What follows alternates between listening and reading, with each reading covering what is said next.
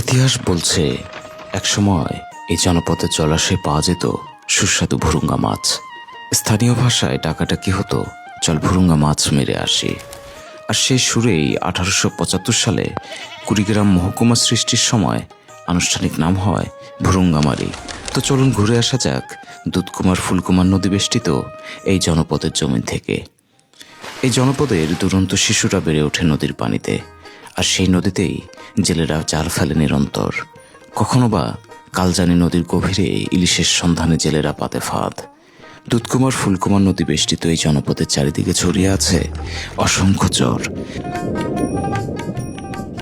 চরগুলোর নামও বেশ চমৎকার, গনারকুটি, শালমারা, পাইকডাঙ্গা, আর কত নাম না যারা চর। সেই চরগুলোতেই দেখা মেলে ধীরগতির মহিষ, আবার কখনো দেখা মেলে দুরন্ত ঘোড়ার গাড়ি বয়ে নিয়ে যায় ফসল। মূলত এই চরগুলোই ভুরুঙ্গামারির প্রাণ।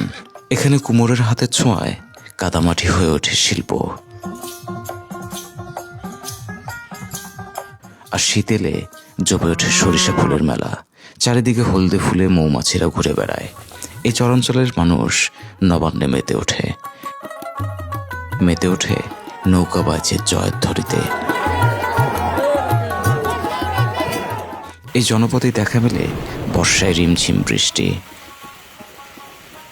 হাড় কাঁপানো শীতে খেজুরের রস। ঋতুভেদে দেখা মেলে আকাশ জুড়ে সাদা মেঘ, গল্প বলে যায় চলন্ত ছন্দে।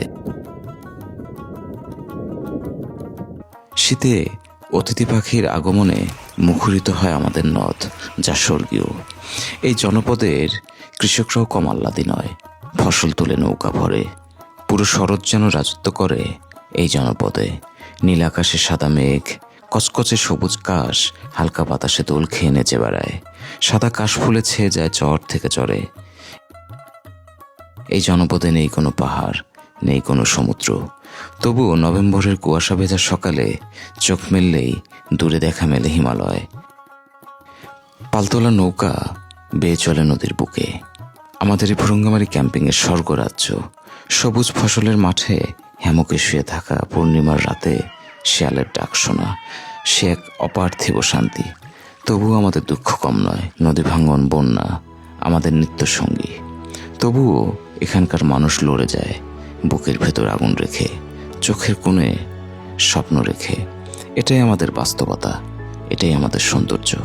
অনেক রূপ আছে, অনেক গল্প আছে, আর সেই গল্পগুলো জানতে আপনাকে ভুরুঙ্গামারি আসতে হবে আমাদের সরল মানুষের জনপদে।